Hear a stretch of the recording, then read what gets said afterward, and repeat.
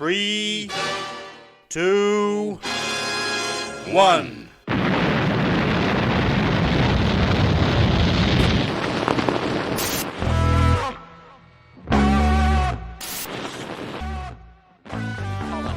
the edge of the box is Madden. Madden trying to manufacture the shot, gets it away, it's there! Oh my word! What a goal from Paddy Madden! The Irishman strikes again! And is that the goal that's going to send Stockport County back into the Football League? I personally wouldn't even think about it unless I've at least banged a couple of volume up there or something. Hello and welcome to yet another episode of the Scarf Bagara War, Series 9, episode 48, momentous number. Sod it, I'm going to be the one to say it. Home of the champions elect.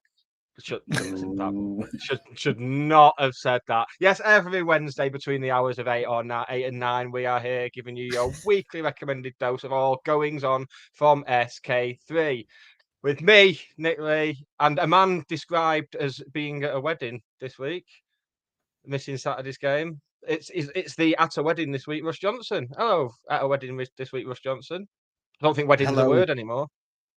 It lost all meaning now. I've been convinced now that wedding should. Do you mean welding? Yeah. Cheers for having me. I'm glad to be back on the show. Yeah. Good to have you back, mate. There's always a regular spot here for you if you want it. It's just getting him regular. That's the problem. Oh, that's never been regular. At least Imodium. And of course, we've got Waggy. Waggy's back. Everyone's favourite part of the furniture. A chaise long. Yeah. Great Don't. I've got that song in my head. I've only just got it out my head after 2.5 years, and now it's back in. Thanks. Tonight we're going to talk. What's going on? Yeah, well, we're going to talk about County. Obviously, I'm not wearing my polo shirt, by the way. I just thought there's got to be one person, hasn't there? We can't all wear it. It'll look like some cult. No, I did think that, and I thought you was going to plump for your Alapi t-shirt. To be honest, that's what I thought you'd plump for. Is it in the wash? Mate, but it's hard work drying stuff today. Have you seen it out there? That breeze is deceptive, but there's a lot of shade. There's far too much shade for my liking. So still out there now. We have to keep an eye on the weather as the evening progresses. I think it's not raining out. Dashing out in the only pair of shoes that I can find near the back door, which will be like my mum's flip flops or something. Stuff at the top, lads. That'll be lovely. But then again, I don't look like I'm in a cult, so no. You did last week, didn't you? So yeah, I very much just take turns. Waggy, you don't wear it. Me and Nick will wear it next week, and you have a week off, and then we'll just keep on going around like that. Are you going to make me pay 50p for wearing non-uniform? Is that a thing? Like a fine, you mean? Like a club fine? Code of conduct? No, that's what I did at school, wasn't it? It's like, school on a Friday. Special 50p Friday, wasn't it? Charity. Yeah, 50p for charity. I mean, the uniform was my own clothes. I've not stolen it off someone. The uniform, what? Do you want to wear your own clothes? 50p. Well, yeah, I'll come in my uniform. Thank you very much. Not going to get me that way. You're not going to make me give to charity that way. Just don't give to any of them. Sod them. Okay. Equal opportunities, isn't it? Hey, crack on. What's going on tonight? So we're going to talk about last night's win, obviously. We're going to talk about Louis Barry. You've got some breaking news for us. Probably people may not know about his injury. But we'll talk about that later. Stay tuned for that. You know how to hook them, don't you, Ross? Stay tuned for that. Nick's got some breaking news for us. That was proper local radio, that. Yeah, we've got Graham on from Tranmere podcast, A Trip to the Moon. So he's going to join us soon to give us the lowdown on Tranmere's season and how it's going so far. I think that's the operative word, isn't it? Low. Glow. Low. That's the operative word because it's just a low season. Oh, we're seeing as low down. Low. Yes. Until low Saturday, down. Folks. The league. But we did say that about last Saturday. Yeah, we said a lot of stuff last week, Waggy, most of which should not be repeated ever again on here. That was I listened back to that, and so sometimes I think, I've been doing this a while, pretty smooth. Doing 3 podcasts, I'm getting pretty smooth at it now. And then I listened back to last week where I just sounded like a punch-drunk stroke victim. Just normal then. standing like a big clobbered around the head or something. No, worse than normal. That was my issue. I had a big So you've moment not on been Friday clobbered around morning the head being this like, week. do you actually? Not that I know of, but there's time. There's time. But yeah, it was a shame. That I thought I came away from that thinking, good episode that was. And then I listen thought it back. was. I listened to it back. It was good. You've got to have a certain amount of chaos on this show. I think bit of anarchy. Yeah. I think that's what does it for us. If we were just talking about the football boring all the way through, it wouldn't. There's no way USP is there. You are the USP, Nick. Oh shit. We're all We're doomed then, aren't we? Oh god. That wasn't even my chaos last week. It was Alex brought the chaos last week. Yeah, I heard. Yeah, and he was getting a load of stick last night, wasn't he? As well. I don't know if you noticed that on Twitter. Yeah, because people aren't allowed to have changing opinions about football. The cyclical nature of the universe in which we live does not allow you to change your opinion on anything football related. So if at one point you were not manager out and then you pivot to manager out, then you're the problem with the club apparently. Yeah. This is happening with a lot of our podcast friends, isn't it? Maybe it's us the problem. And then later on, we're going to have Getting the Reses again because it's a weekly feature now. So Getting the Reses, everyone can join in that, and we'll have a bit of a therapy session with Getting Reses. Okay, have we got any admin to sort out? Nah, not really. Christmas do. Keep an eye if you're a subscriber. Keep an eye on that, and the next few weeks will be putting the free tickets out there, and subscribers will get them first. So excellent, worth it, isn't it? Yeah, absolutely, it's worth it. I've not been on since we did or since you and Ben did the champions, the National League North champions gig that me and Waggy gladly sat at the side and watched and drank some more than others. Yeah, I didn't feel like your head teacher, Waggy. When I didn't feel like that. You look like it in that fucking polo shirt.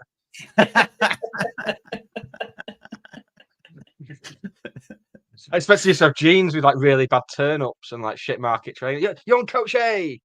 Come on, Waggy, you're on Coach B. You can sit up front with me. Coach B. So no, there isn't much admin, is there? So straight into it. I feel like if we start talking about Crew last night, we're going to get interrupted by Graham. We'll have to get out. So like we should start talking about Grimsby on Saturday. We'll get interrupted by Graham. Should we chat this Saturday then? Tranmere Rovers. What's your favourite thing about the area of Birkenhead which houses Tranmere Rovers? Nothing. The tunnel that goes through to Liverpool, because that's where I live. Well, I'm going to put the tunnel under Birkenhead into the Reses, please. Just I'll get the other tunnels. I'll put them both in. Well, that wouldn't stop me getting to Stockport. What do you like about the Wirral? And you can't say half man, half biscuit. What do you like about the Wirral, Nick? The coral. The coral. Echoing the bunny coral. Are they from the Wirral as well? Yeah, they're all bulls, aren't they? I don't like Miles Kane though, so make of that what you will. Is he from the Wirral? No way, I didn't know he was from the Wirral. He's from the Wirral. But he famously calls himself the Will Riddler in a Arctic Monkey song of the same name. Yeah, Will Riddler. It's very very sex offendery calling yourself the Will Riddler, isn't it? It's only one letter away from the Will Diddler. Yeah, I don't know much about the Wirral, to be honest. I've been there once. Nice part of the world. Leafy. I was gonna say Crown Point must be nice, but it's not Crown Point, is it? What's it called? The place at the end that people go to. What's it called? Meatballs, IKEA. No. There's a bit further away. No, what's it called? New Brighton. I don't know why I felt Crown Point. New Brighton. That's of course. Nice, I can see the slip of the tongue there, the connection. Yeah, I don't know why I thought it was Crown Point. Yeah. Oblong of Dreams, as the Wirral is affectionately known. The Oblong of Dreams.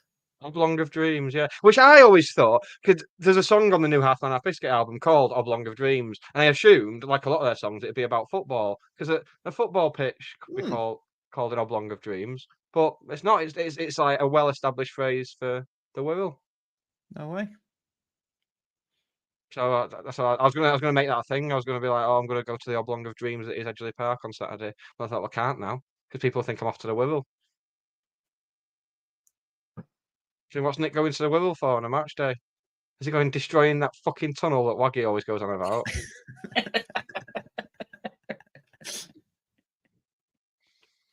So what else is in the Wirral? We're in the no man's land now, aren't we? Yeah, we're in the no man's land where we're just like killing time. We've got 3 minutes What's to kill. your favourite tunnel? Come on, Waggy, tell us something more about the Wirral. You live over there. I don't know. It's the other side of the water. All I said, the only thing I can tell you is that they're all woolly-backs. That's what they all get called on from this side. Yeah. This is not the level of conversation that's conducive with 11 minutes 23 seconds into a podcast. This is normally on a slow. This is normally like pre-season chat. This is when we do an episode and realise there's not enough football to sustain it. Yeah. I mean, it's certainly one in the eye for the people who say we don't talk about football anymore. That'll show them. Yeah. Shall we talk about Grimsby on Saturday then? Let's talk about Grimsby on Saturday. That was horrible, wasn't it? I was going to say, Nick, give us your opinion because you've not spoke about Grimsby on Saturday yet, whereas me and Russ have. That we have. In the fantastic Courtyard Club call, which you can find if you are a subscriber. See, that's how you say it, Russ. Yeah, no, Courtyard Club call. I've got it now. Been practicing. Because someone has, so have I, to be honest. Yeah, out of the blocks early on, and you begin to think it's going to be another Wrexham, and then it just all hinges on the ridiculousness that was our chance for a third goal, and just I'm glad we're getting it out of the way because this was going to go in the reses until I realised that Dave Challoner was also annoyed by it. The whole thing of him giving it to Tanto, and it's just absolutely ridiculous. They did have a discussion before the first penalty as well. Yeah. And seeing that, and I was like, no, Barry should be taking it. He's the one that scored the last 2 penalties for us, so he should be taking it. And then, yeah, there was just, why did he?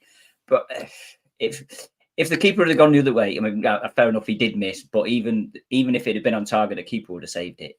And you just seen it seemed to drain it out of him, and it just seemed to like completely cock the system up.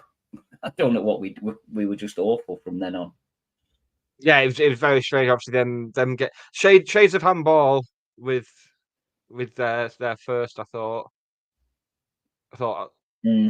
if we'd scored that and had it disallowed for handball, I thought, yeah, fair enough on the balance of things.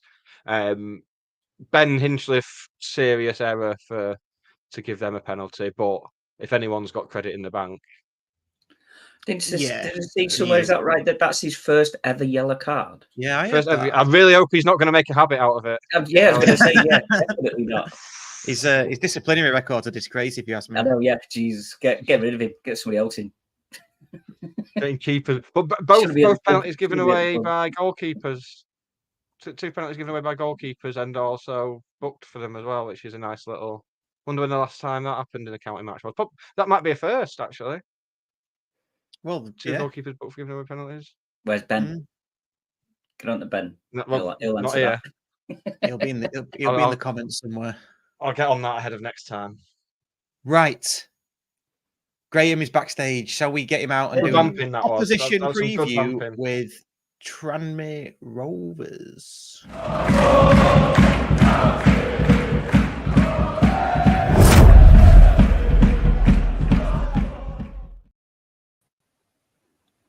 Evening, Graham.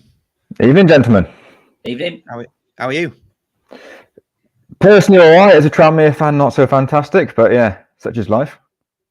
Well, yeah, I'm glad you're okay personally. That's the main thing, mate. Cheers for coming on. So you're Graham from Trip to the Moon podcast, which is Tranmere podcast. How long have you been going? And what's the deal with Trip to the Moon? That's a good one. So it was started by Matt Jones, who you might see on here on Talksport every now and then, and on Sky occasionally. And a guy who now works for a club called Matt Horton. And it originally was during COVID they set it up, and there's every week there's an interview with an old player, and I don't know how on earth they've got the little black book of all the old Tranmere players, because there's only a finite number but they've got a new one every week for about 3-4 years now. It's been going on. But the title Trip to the Moon, that comes from our best ever manager, John King. He used to come out with some crazy poetry at times, like we were a deadly submarine or something at one point, whereas Liverpool and Everton were the big liners on the other side of the Mersey. And what he said he can't promise us success, but he can promise us a trip to the moon. So that's where the trip to the moon phrase comes from. I'm liking that. That's a good podcast name. I like it. When I found out the name of the pod, I was genuinely like scouring Half Man Half Biscuit lyrics, thinking it must have come from one of these somewhere. It must have done. So it's not too dissimilar. I can see where the link comes in there. It's you wouldn't be surprised. So as just going back to a trip to the moon, and we'll get to the footy in a minute, because I'll try and put it off as much as I can for you, the football bit. Have you had Dave Challoner and Clint Hill on Trip to the Moon? Yes, we have. Yes, they've been on. Matt interviewed them.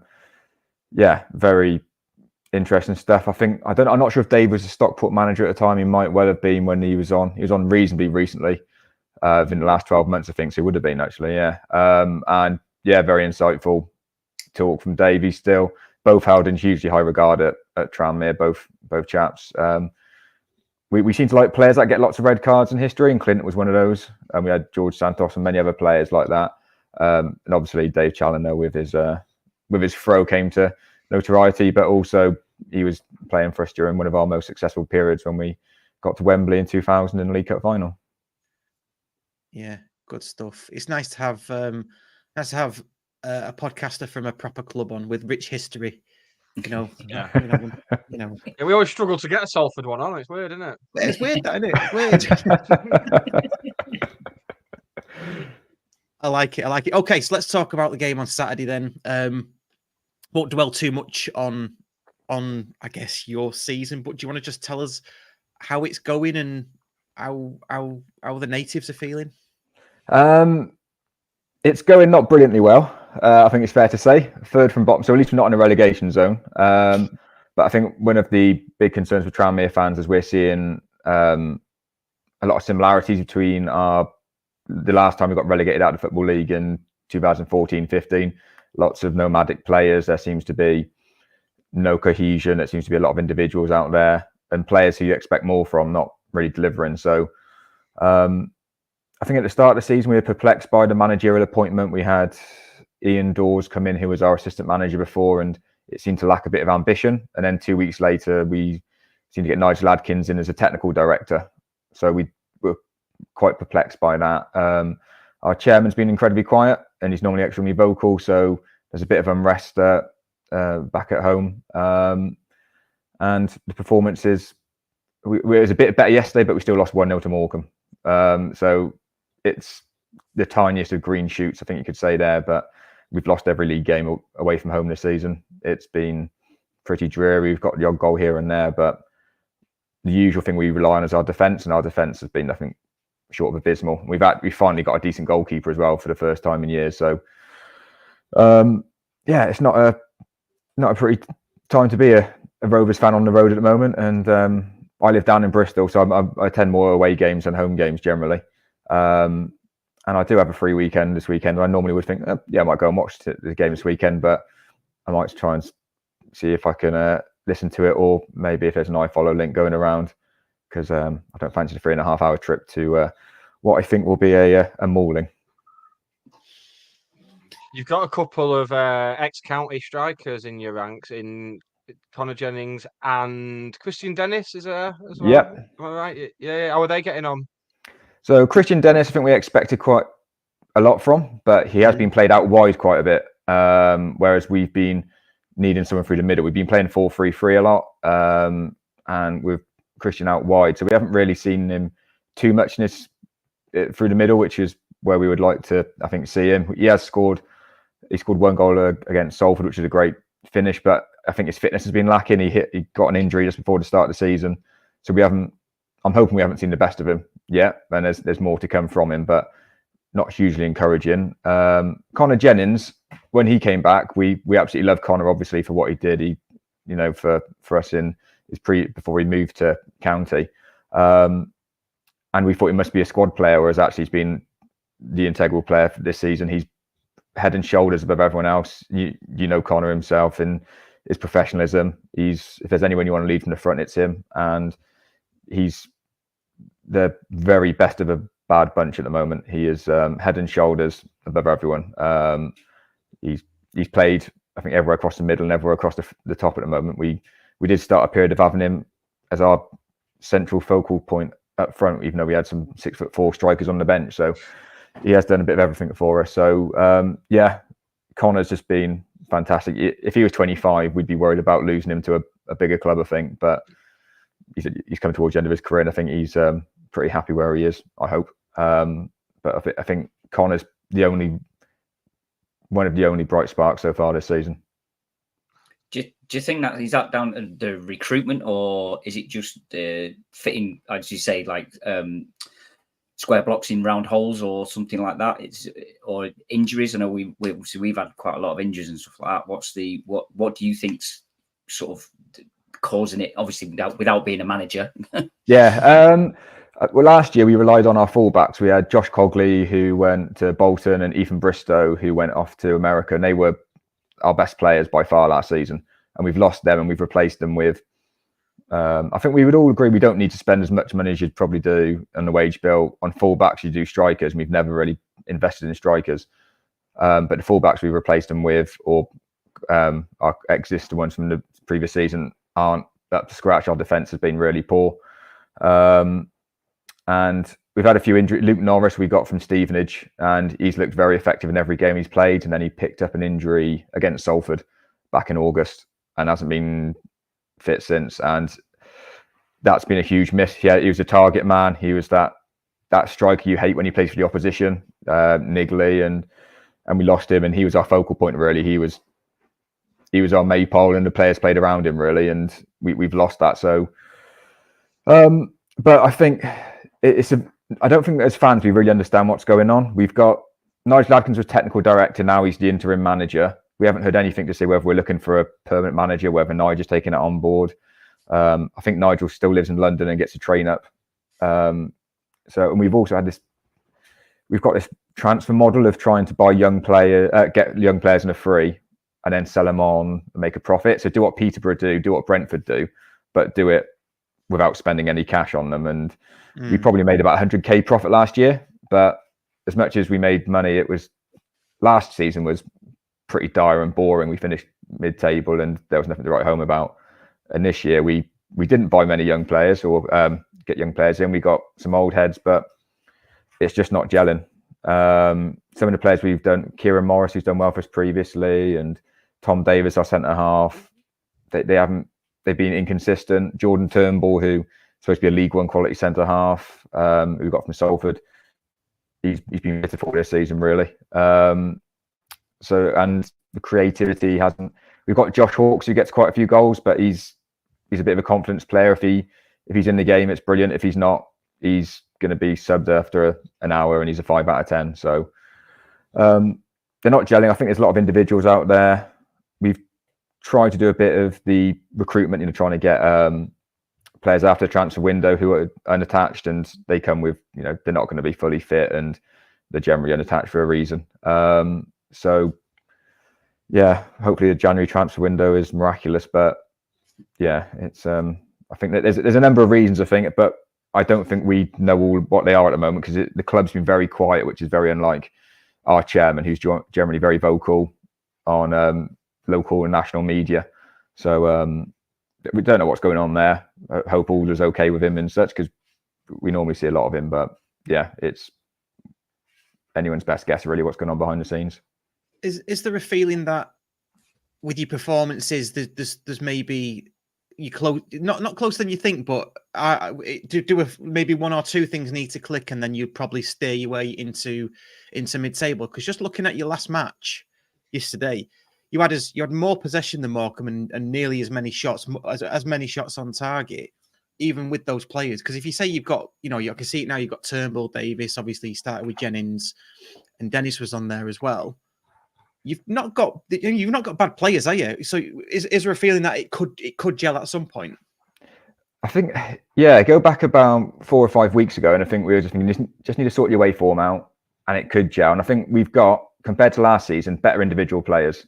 And I think there is, and at the start of the season, although we lost to Salford 4-3, we lost to MK Dons 1-0, but we played pretty good football. We played some really nice stuff.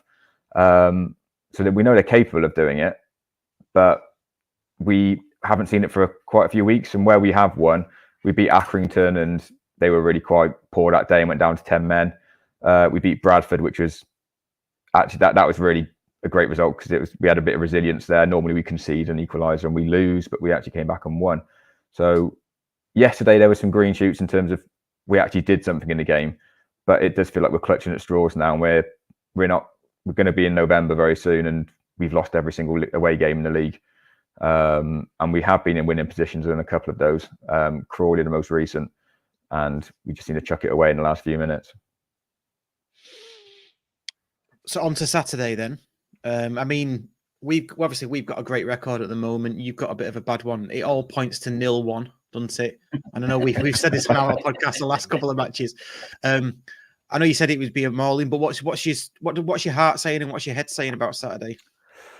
That's the thing with this league. You never know that you do see your surprise results. How do I see it going? Head says 3-0 County.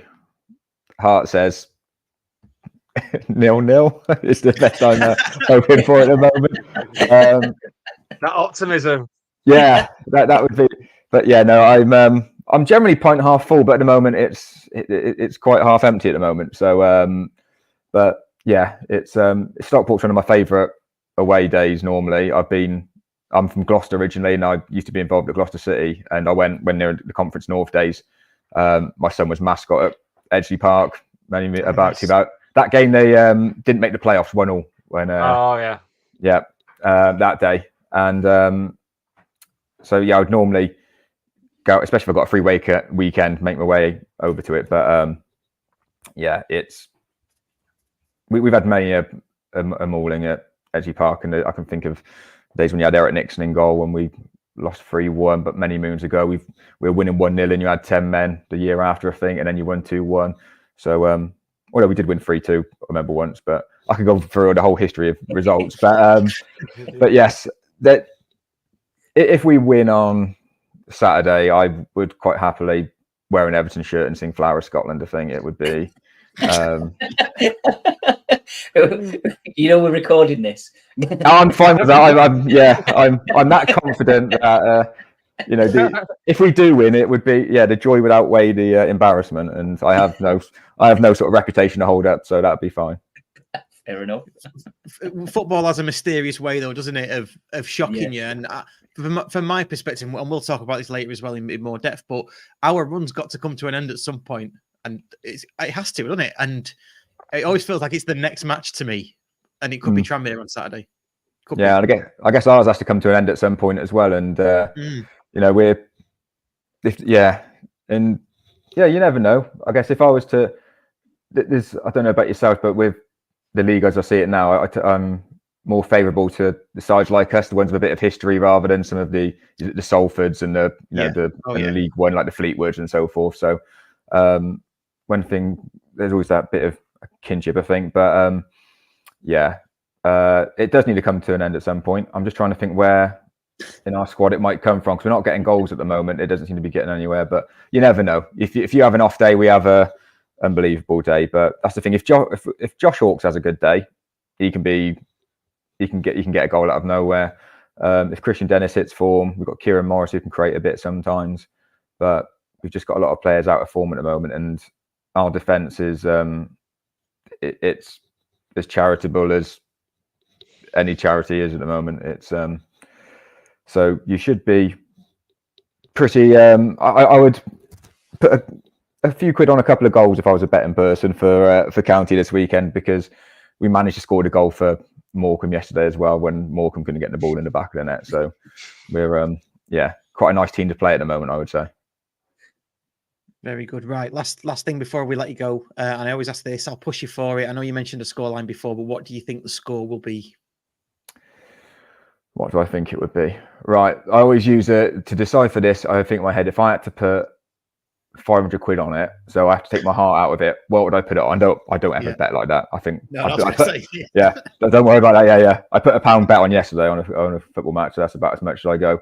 So if I had to do that, I would go 2-0 County. I know it's a bit of a pessimistic viewpoint, but if I'm being a realist, I think I'm looking at the form, but I would go for 2-0 to County. Good stuff. Graham, thanks for coming on, mate. Really appreciate it. Thanks for your time. No problem. Cheers. All the best for the season, guys. Thanks very much. Yeah, cheers. Later, mate. Bye. Bye now. There we go. That was good. Thanks to Graham for that. And thanks to Matt, I think it is, from A Trip to the Moon, for sorting that out. What a great name that is. Trip to the Moon. Liking that. I don't know. Better than ours. You don't like ours. You know what? I was on BBC Radio Stoke the other day. We're getting all the big gigs. I'm just trying to remember what it was. I know, yeah, BBC Radio Stoke. And they introduced us as the Scarpa Bagara War. And then he spent about 40 seconds saying how much he liked it and what was it about and things. So did the guy on Absolute Radio when I went on. There you go, you see. There you go. Yeah, the world's media are enraptured by this place. It's a podcast that's quite literally sweeping the streets. Quite literally. Quite literally. Right. JK says Graham was good. Yeah, he was. He sounded professional, actually. I'm just was he a journalist or something, or an actual podcaster? you get that feeling. Are you still in a position where you don't count yourself as an actual podcaster? If people ask, if people say to me, like, what do you do for a living? I'll tell them, and I'll be like, but that's not what I care about. Right. My actual passion is podcasting, and just content creation. I'm a content creator. And they said, I don't want to see you anymore. I'm unmatching you. No, that was good. Let's just cover Grimsby slightly because we started on that. Let's finish on that before we get on to Crewe and Barry and Tranmere on Saturday. Anything more about Grimsby? It felt like it was harder than it was. I think we said that on the Courtyard Club call. Well, we made it harder than it was, didn't we? Yeah. Well, even so, we're getting all the types of wins that champions get. I know. Yes. No matter the result, people can come out and say, "Oh, champions' performance that," and there's no thread of what type of performance it is. So, giving out an absolute hammering to a team that are asking for it against Wrexham. Crewe last night, very poor first half. Like both sides, like kind of scared to make a mistake, and then press home the advantage. Feeling each other out, kind of thing. Yeah, feeling each other out. And then there's been other games where we've had it won 20 minutes, 30 minutes in, and can rotate and take the foot off the gas a little bit. All the different types of win. Come from behind. See, now I've got nothing for getting the reses now, have I?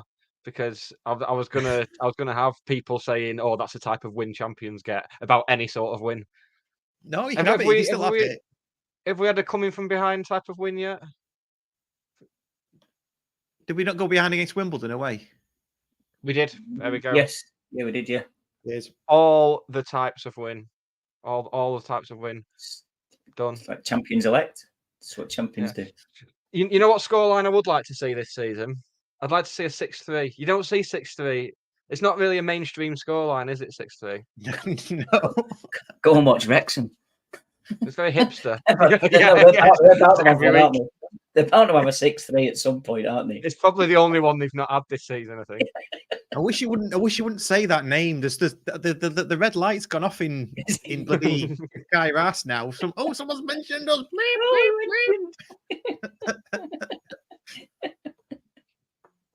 Bloody hell. Claire Jeff says, Nick, that really looks like a pajama top. I mean, A, it doesn't. No, it's not. But B, anything's a pajama top, really. Like theoretically, anything. I can wear my Scarf to go or polo shirt, for example. Yes. I wear that in bed, it becomes a pajama top. I always imagine, like in films where a guy slept with a woman at his house, and the next morning she'll be wearing like one of his work shirts, like oversized. She'll be wearing that's that. That's what I'm saving this for. And she'd be like, "What's this?" You go, "Well, I'm a podcaster." I'm I'm actually a content creator, freelance. Oh, and I've got a day job. Yeah. Yeah. You like milk? I like milk. You like milk? In Milk Brill. Milk brilliant. I never told you about the. Oh, this is horrible. So when I was in a band, we were like rehearsing, and the rehearsal studio was some band we were doing a gig with, and they were all like a lot younger than us, but they were all like late teens, and they had like this 45-year-old guy playing drums for them. And it was like, what's with the old guy? And they'd be like, "Oh, he's a legend. He's a legend." And it's like, you let it go. If someone says he's a legend, you just go, yeah, take their word for it. But it got to a stage where we're like, well, what makes him a legend? Why is he a legend? And he said, "Oh, one day, right, here we go. One day, he brought this girl home with him, and then he was shagging her and what have you. And then he goes, oh, hang on, just give me a second, love." Went to the kitchen, warmed up some milk, got a funnel. I'm not sure this is right for this show, Nick. And put the milk up, and then so he tells this story like we're meant to go, "Oh yeah, you're right, he is a legend." So since this guy's like, well, why did he do that? And then this guy's face just dropped, like as he realised this. He's just like, yeah, why did he do that? What? So that's the one reason why you like milk. they call him a legend. Yeah, that's why I like milk. Yeah, just really give me the hankering for it. I might go and get a glass now. That's why you sell it now. Do you not like milk? You dream your life's work to sell it. Do you not like? Do you like milk? Where do you milk. stand on milk? I'm a big milk drinker, mate. Yeah. Yeah, I like milk. I'd probably rather have a milk than a can of Coke, to be honest. Oof. Yeah. I think I would these days. Yeah. I like to swig milk when I'm thirsty in the night time. Oh, I do. But it gets a bit claggy Ice sometimes. So sometimes I wake up middle of the night and it'll all be clinging to the inside of my throat, and I think I'm dying. Yeah. Shall we just play a little interlude and then we'll move on to Crew last night? Let's just do it. If you're watching us on YouTube, please like, share, and subscribe. And for the audio podcast, please rate, review, and recommend us on whatever podcast player you are listening to us on. Cheers, thank you.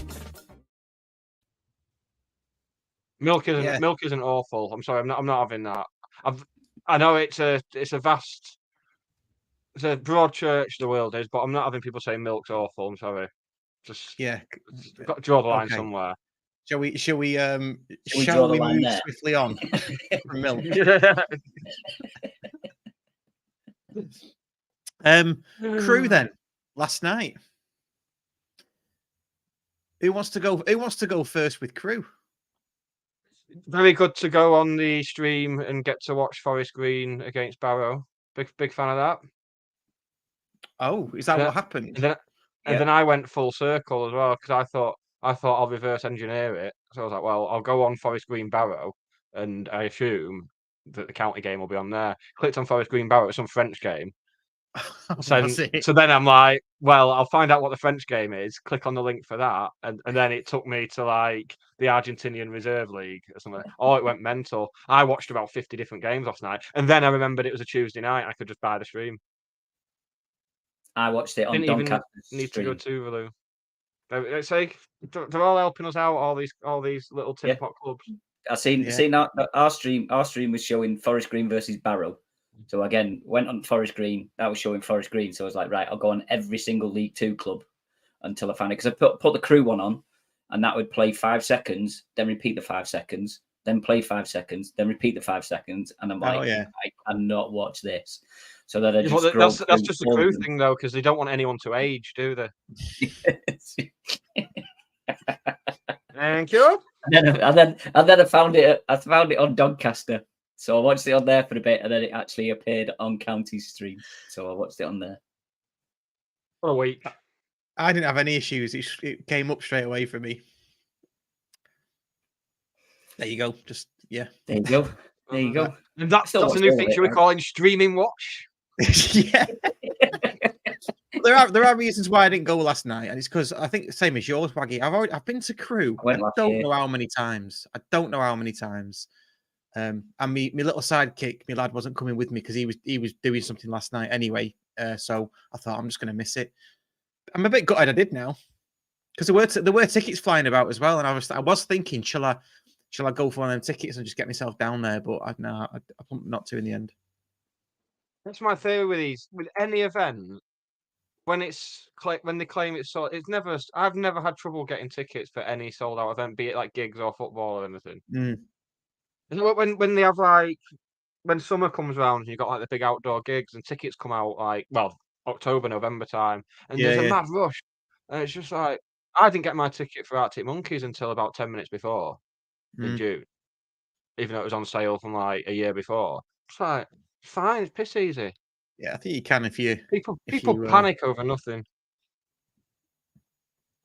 Yeah. Onto the game then. I mean, I was pretty nervous beforehand. I must admit. Well, not nervous. I was confident that we would put in the performance, even if it at some point in the match. But I just thought they are the top scorers in the Football League. Free scoring. We coming from behind and stuff like that as well, like they did against Crawley, we do concede goals, don't we? You know, we have conceded goals, so I was just a bit nervous. And my prediction on one of the many, it was 3-2 to us, but I didn't think we'd be as that solid at the back as we were. On Saturday, there were a lot of times where Grimsby were putting the ball into the box, and we just looked absolutely panicked. On Saturday, there were points on Saturday. Every time the ball came into our box, we absolutely shat ourselves. So it stands to reason that you think, well, against Crewe, we're going to struggle with that. But it never seemed to drop to any of our players, or did it, to clear it properly? Against Grimsby, it always seemed to drop to one of them, and then it'd come back in, and then we'd like skew a header away or whatever it was. But yeah, I mean, last night I think the first half, both teams were scrappy. I don't think there was much in it, but I don't know, because I think listening to their manager, it was like they changed their system to play against us. They changed to a 3 at the back, didn't they, or with 2 wing backs, to try and because obviously they must have seen that Grimsby played that way, and they thought that they could get us that way, but they were just nothing there. And it says there, Ethan Pye, he was absolutely amazing. He had that. Their right winger, he had him in his pocket a few times where he tried getting him in one-on-one, and Pye just came away with the ball every time. He was very excited to see centre-back pairing of Pye and Horsfall with Torre on the left. Very excited for that, because I'd imagine that's as good as Pye's been. He doesn't offer us much going forward in comparison. No, he's not. He's not a wing back or a full back in that sense. Yeah. But how every game he just seems to have pocketed one of the opposition star players. It's every single game now. He's just looking better and better. You can see he's learning quickly, because I think early on he's made a couple of mistakes, hasn't he? I think was it the Wimbledon goal? Yes, the Wimbledon one. Yeah, liking that. It's good that. Yeah. See, it's always annoyed me that people call him Mash rather than MSH. But it was worth it just for that. Very much worth it just for that. Yeah. Get Zeki Friars back, and Will Fish Pie Friars and Mash. Didn't need to explain it, did I? No. If you need to explain it, it's probably not good. You had to give us the order, I suppose.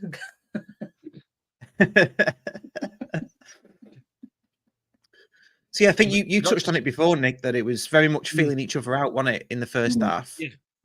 We limited them to no shots on target, and they're the top scorers in England, don't forget, in the first half. That was the positive that I was clinging to. They didn't have a shot on target all game, did they? No, I don't think they did. No. Didn't they have one late on that was like straight at Ben, possibly? But I may be wrong. Yeah. From the edge of the box or something. But yeah, there's nothing much to write home about from their point of view. I mean, obviously they've been on a good run like ourselves, but at the same time, you wonder how miffed their fans will be about that because they never really turned up, to be honest.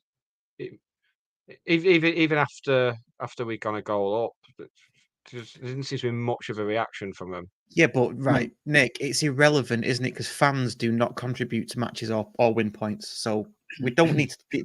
It's irrelevant.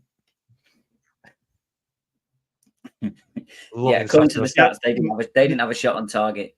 No shots on target, 5 off target. Yeah. Yeah. So it's like, yeah, they're the English top scorers, and they didn't even have a shot on target last night.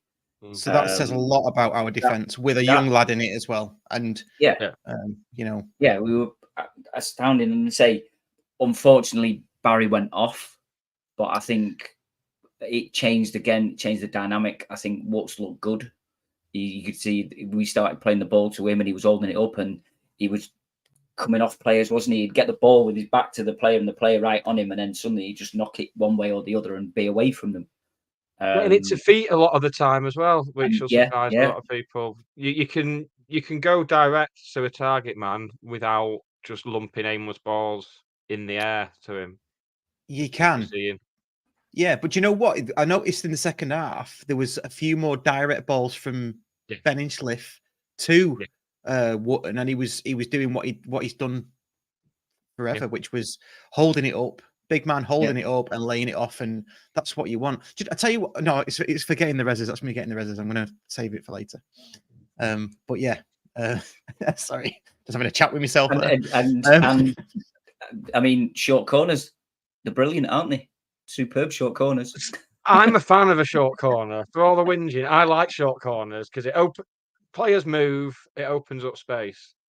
As long as your delivery is eventually good.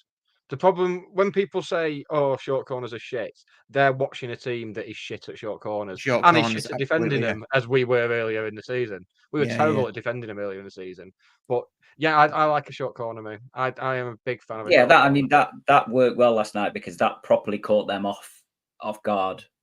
Didn't get them set themselves or anything. And again, good thinking, quick thinking by Sars. Get the ball across, and when it's coming into that sort of area, Wotton's going to get it every single time, isn't he? You know what I mean? It's even against a 6'4", 6'5" defender, you'd put your money on Wotton getting up there. It's so good to have him amongst the goals already as well. Yeah. Right, now we're going to be needing him to start on Saturday. You'd imagine, unless we go with Madden and keep easing Wotton back in. But yeah, to have him to not have that worry at the back of his mind that he's not scored yet. To get it this early, fantastic. But we got almost 70. Well, we got 70 minutes out of him, didn't we? So he's been playing like 20, 25 minutes, hasn't he, previously? So that again, that's a good sign. Getting him back, I think I can't see him not starting Wotton on Saturday. No, I think he will. I think it'll just be Wotton. Yeah. Now that we're pretty sure that Barry's going to be out, but. Are we going to do the Nick's breaking news? Yeah, if he's allowed to say what he's heard. I know. I've just heard from people who are normally spot on that he's torn his hamstring and he's having an operation next week, and it's going to be 12 to 16 weeks. Which there's a double-edged thing to it. It could work out good for us in the long term. In terms of, you imagine he'll be getting treatment at Villa, but there's no reason why they have to. If he stays integrated with our group, goes back to Villa for his treatment, you'd think he can stay for the season still, and it clears up the whole thing of whether they're going to receive like cash bids for him from like Championship clubs in January. Well, they're not now, so sorted. Jobs are good one. Yeah. I mean, not a good one because he's out injured, but it looked bad straight away, didn't it? When he went, the way he pulled up and went straight to the floor.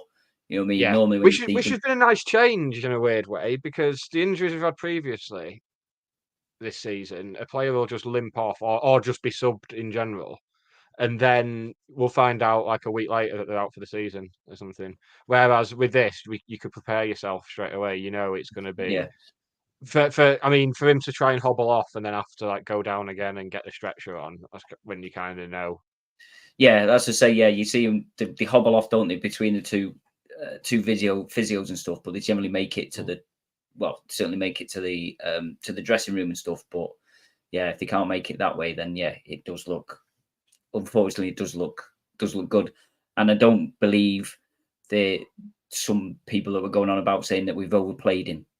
I don't think we've overplayed him. No, he's been playing an hour. He's been doing 70 minutes. He's been doing 70, 75 minutes maximum each game. So to me, he's only 20 years old. If he can't play 8 games straight, well, he's not played 8 games straight, has he? Because he didn't play at Salford. So there's a game that he didn't play, so he was rested for that. Yeah, no, I think we should quash that. No, I think we should quash it anyway, because when we interviewed Charlie himself in King's Tap, Nick, he said we talked about overloading players, we talked about training schemes.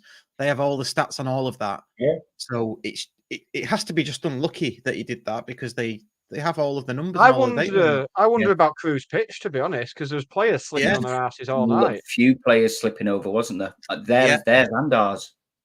Yeah, they had a player stretched off after fouling one of ours. That free kick that Barry gave away, that wasn't a free kick. He didn't even touch him, and the guy knew he'd overhit it, or he'd had a hard, heavy touch. It was going to, I think it was either Bailey or Sars, and they were going to hit it forward for Alafi or Barry.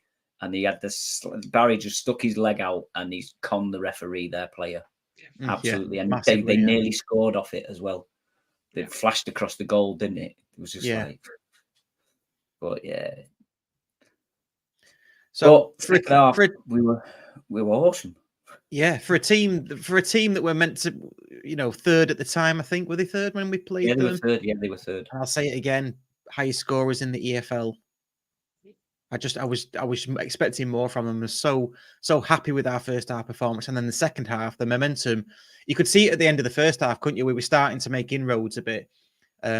Special mention for Sars and Bailey, because I thought they were both brilliant. Yeah, especially Sars. Sars has been immense this season, and I've always been a fan of his. Yeah, he looks a different player again, doesn't he? Looks like back to like the National League, doesn't he? He looks hungry for it, and he wants to prove a point.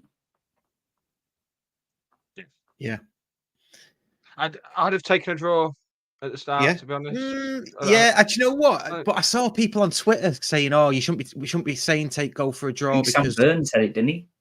Yeah, I think he said it as well. Yeah, because but in my mind, I was thinking the same, Nick, because you'd be happy with a draw for the reasons that we've just said. Yeah, exactly. There's a difference between fans going into a game saying they'll take a draw and players doing it. Yeah, they won't be, will they? Yeah, no, of course not. I mean, you just when you see these teams, Brentford for one, when they played at Old Trafford the other week, they went 1-0 up and just sat on it and wasted time non-stop, and then end up getting pegged back later on. It never works when a team go into a game playing for a draw or just trying to keep what they've got. Never works. Progressive, front foot, that's what we want, and that's what we're getting. Yeah. Speaking of which, the second goal, very similar to one of the goals that was scored against Wrexham, pressing high up the pitch, pressing shit centre backs, essentially. Yeah. I think it was a bad ball to him.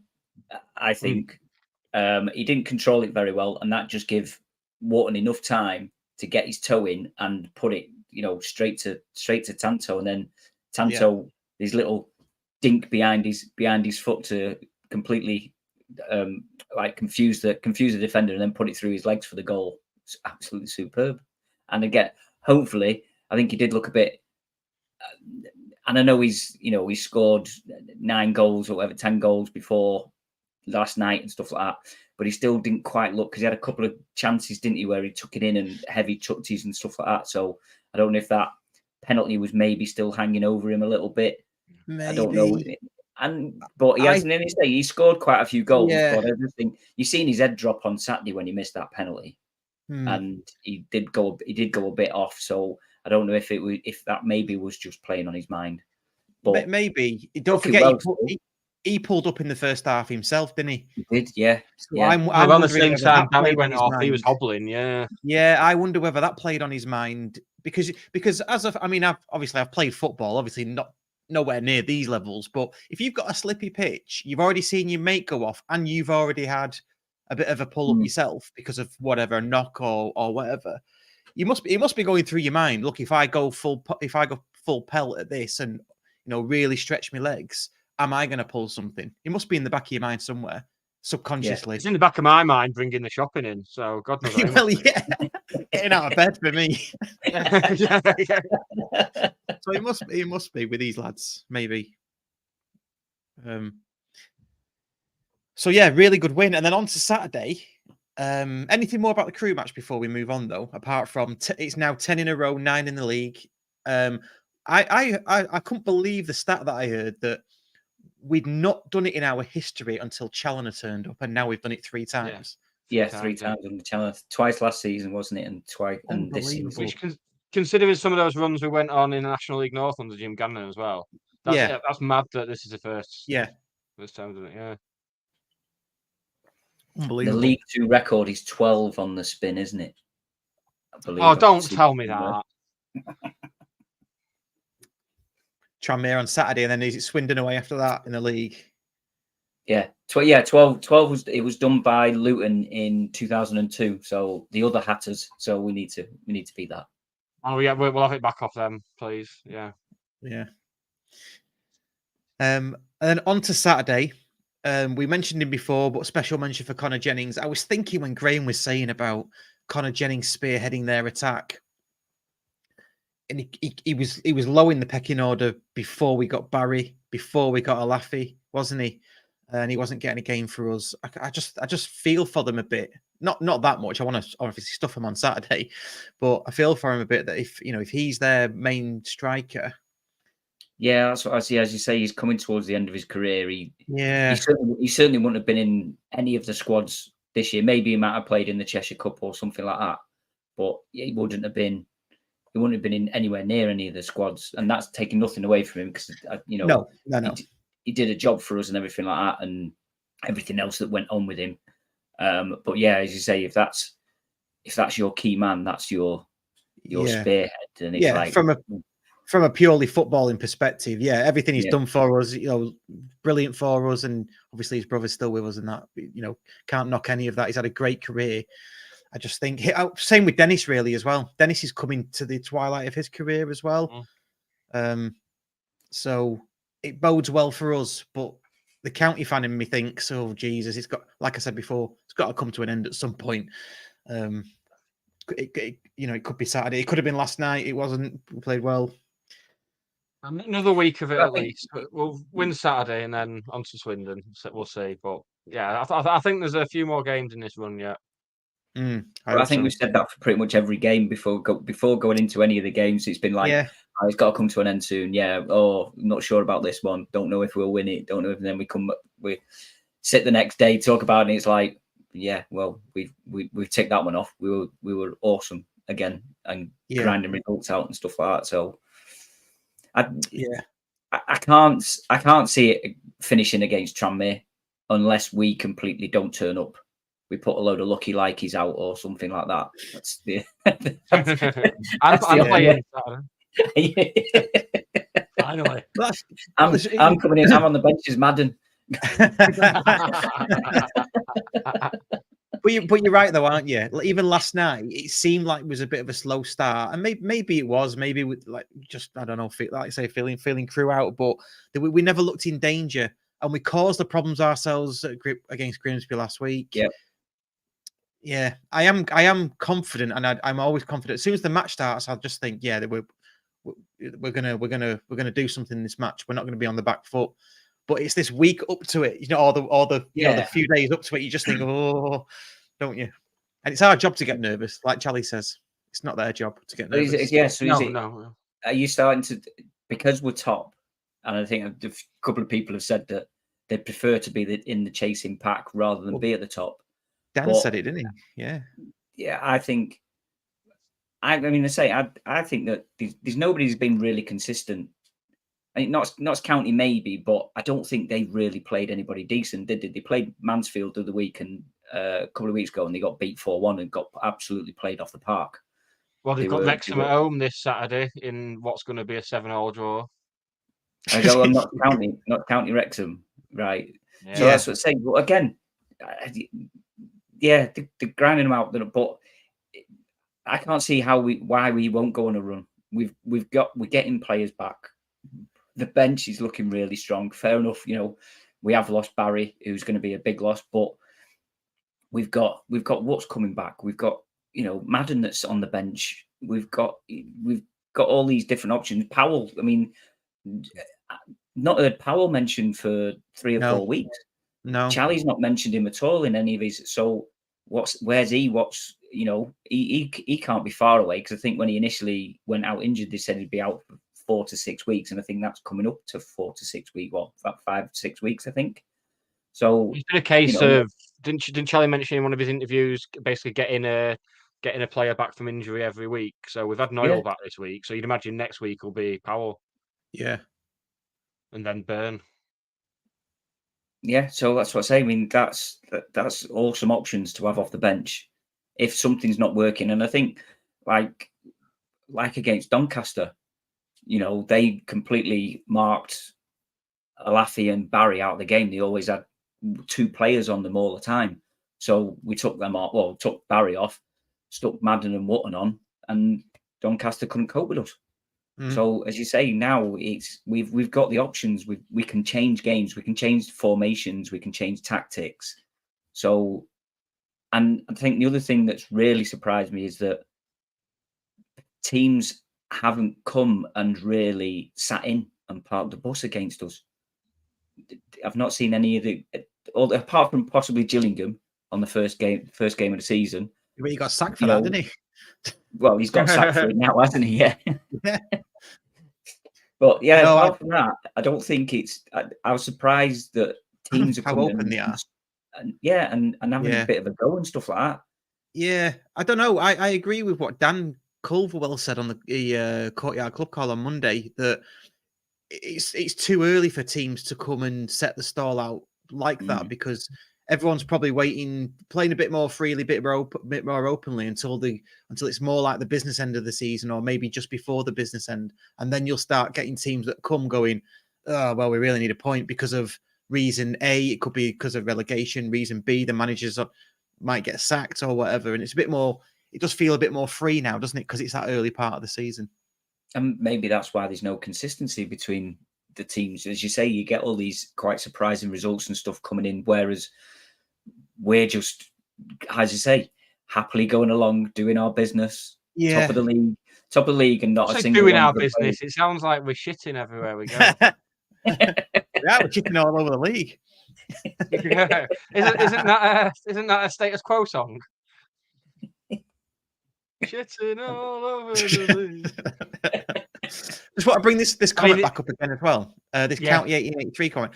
The other teams are grinding out results. Yeah, absolutely. They seem to be either dropping points or like the W word last night. They ground it out against Sutton. 2 really good goals, but one was in the 90-something minute. And that's against the bottom of the league, Sutton. I noticed every team in the top 8 won apart from Crewe last night. So it was crucial that we won as well. But yeah, theirs don't seem as convincing as ours. And maybe that's me with my blue tinted glasses on. I don't know. I don't think the only one. I think Mansfield are looking good. They're looking solid. Yeah. As I say, they're still unbeaten, aren't they? Yes, they are. They're still unbeaten this season. Yeah, they are. Yeah. Yes. Yeah, and they will tell you that they were the last team to beat us. Yes, they were. They're right. They've got to come to our place, though, haven't they? So don't get a trophy for that. It's all the big. I'm already counting down to Notts County at home over Christmas. Over Christmas under the lights. 22nd, isn't it? Friday the 22nd. Yes, 2 nights after the podcast Christmas do. So plenty of time to recover. For the reminder there. Or carry on. Yeah.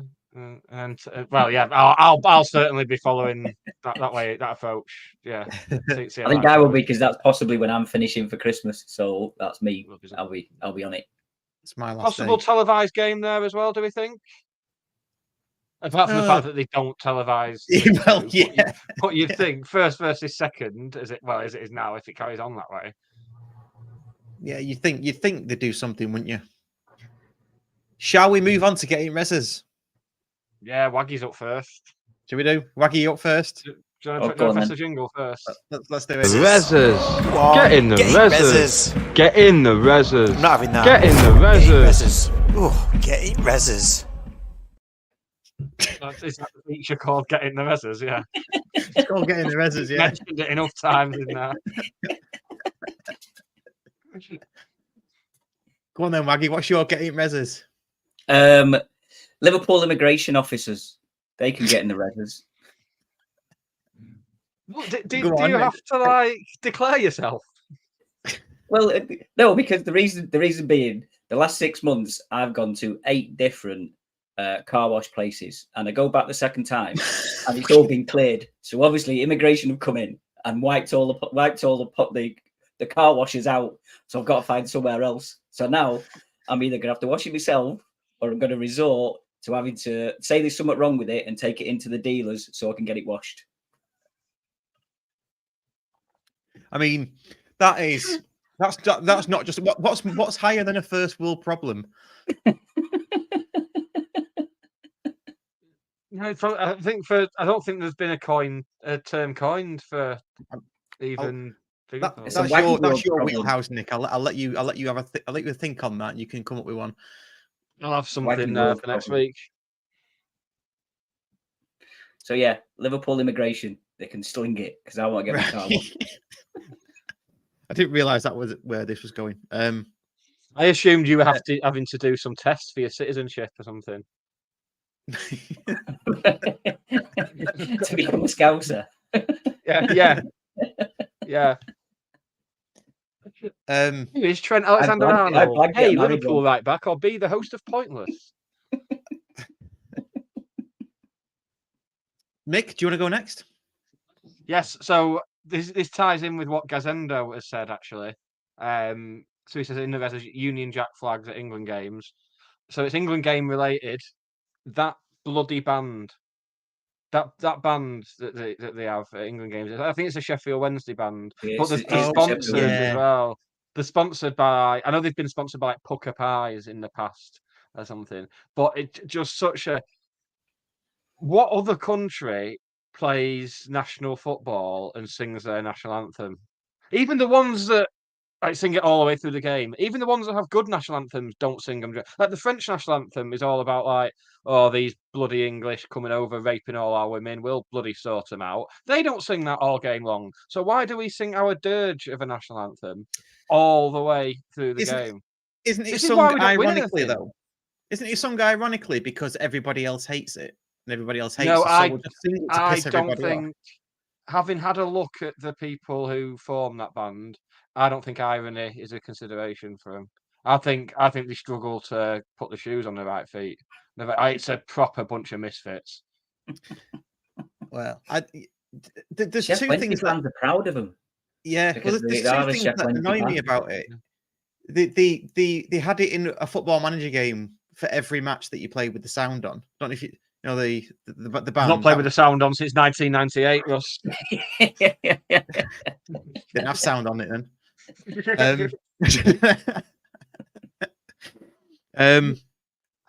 And the other one that annoys me about it, and it's a bit of a segue to the side. Sweet Caroline can get in the bin for me, and that's not my reses. The worst thing about it, good little song that's getting overplayed now, a la Mr. Brightside. Sick of hearing it now. Yeah. The bit that boils my piss the most, though, is where people had the so good. Oh, yeah. What's that all about? Yeah. This almost perfect pop song that Neil Diamond performed. It's really good, but don't think it's quite good enough. We need to add an extra couple of lines to it. Imagine doing that with any other song. Imagine listening to like Yesterday by the Beatles and going, it's good, but needs a couple of extra lines. Like, who do these people think they are? Yeah, I agree. Get Sweet Caroline in the reses. Seven Nation Army can go in as well.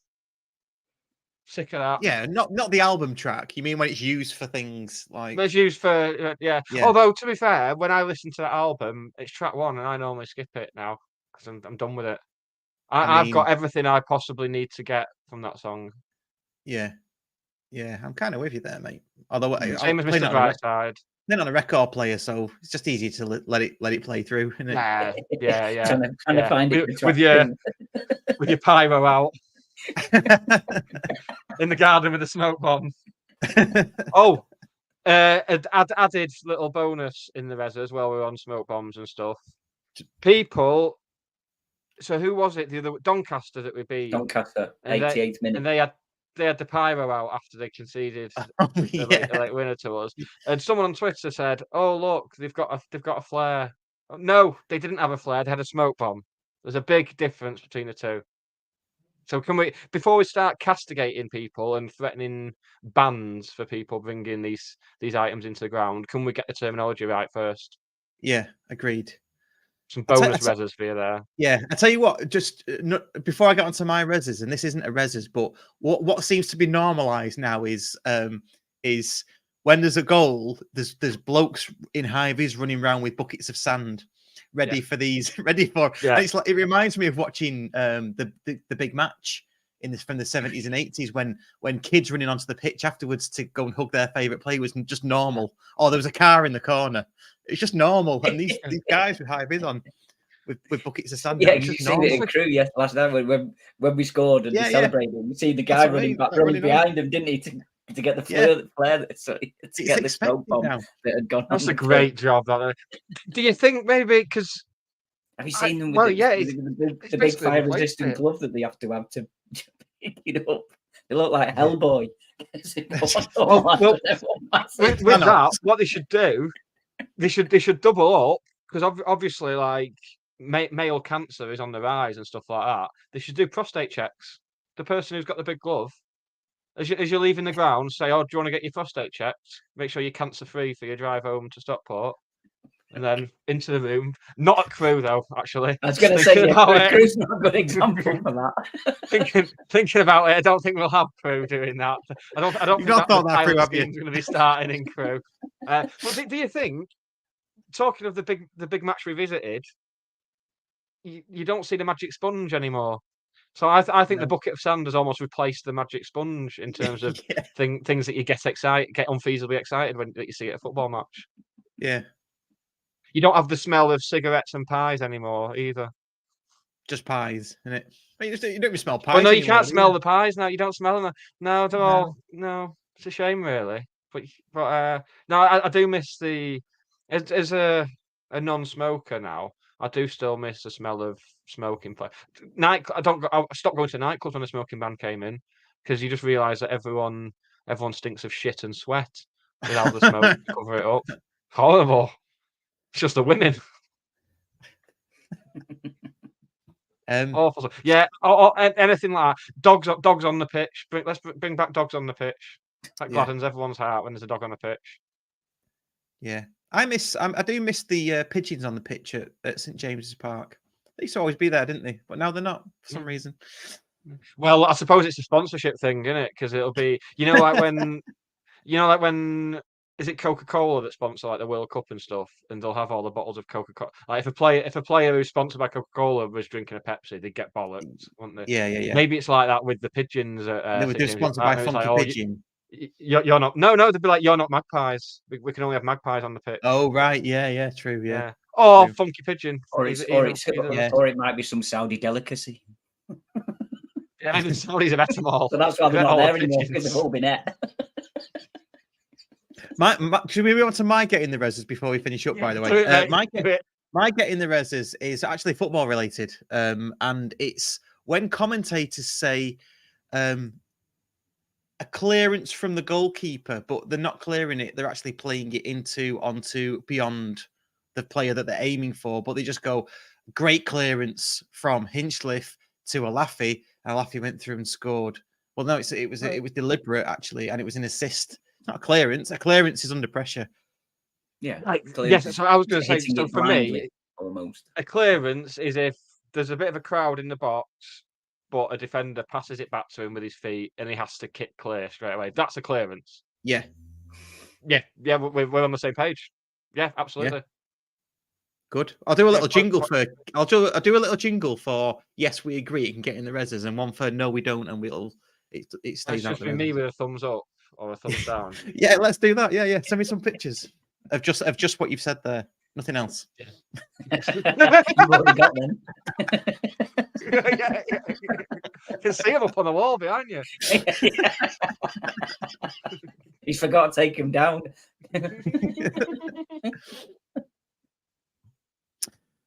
Right, good stuff, boys. I'll say we'll get predictions. We'll get predictions for Saturday on Saturday in the courtyard when we do the courtyard club call. I'll get some predictions off you. Are we all there Saturday? Yes. Excellent. Back to normality until my next wedding that I've got to go to. Yeah. I don't think you're. I think you're actually a bigger miss. A very important game if Russ is there, being a part-time. No, yes, these glory hunters, mate. Glory hunters. Yeah. I say he's the glory hunter. I bet he's there for Everton away in the third round at FA Cup. Yeah. Bet I'm not. I've only been to one away match this season. I think one, I think. So I won't be first in the queue for that. New loyalty scheme, innit? Yeah. But you can. Fair dues. Man, it'll be alright because you get 10. Don't you get like a quarter of the ground for FA Cup games? So it'll be fine. We'll get like there'll probably be enough, won't they? To be fair. About 10,000 if we want it. Yeah. Imagine that taking like 3,000 county fans to Goodison Park and 7,000 curious City and United fans. I could walk there. Brilliant. That's the main thing, yeah. until you come on here the week after that game, and you want to put the Sefton Park keepers in the not Sefton Park, Stanley Park. It's Stanley Park, isn't it? Yeah, the Stanley Park. I don't need to go across Stanley Park, so they'll be all right. No, they'll still come for you. I'll make sure of it. All right, okay. I'll make sure. Well, I'll just come out of Everton, walk through Stanley Park, and then back to my house. Then just so I can get them in the It's a bloody lovely park, Waggy. I know it is. I've walked around it a few times. Right, then we'll fucking walk around it again. Just for this joke. I'm only walking around it if we get FA Cup if we get Everton in the FA Cup third round. Fair enough, yeah, fair enough. Right, boys, let's call it a day. Please do like and subscribe, rate and review. We're on 7 likes for this video at the moment. Let's get that up. Let's get as high as we can. It helps with the algorithms and stuff like that. See you all on Saturday. We'll be back with the Courtyard Club call on Monday, and then we'll be back with our regular show next Wednesday, as is the normal week. See you later, everybody. Cheers. Thank you. Bye. This episode of the Scarf Bagara War was written, recorded and produced by Russ Johnson and Nick Lee. The music on the opening titles was produced by Dan Johnson. Subscribe wherever you get your content, as well as finding out how to join the TSBW fan club. Check out the links in the description or go to allthews scarfbagarawar.co.uk.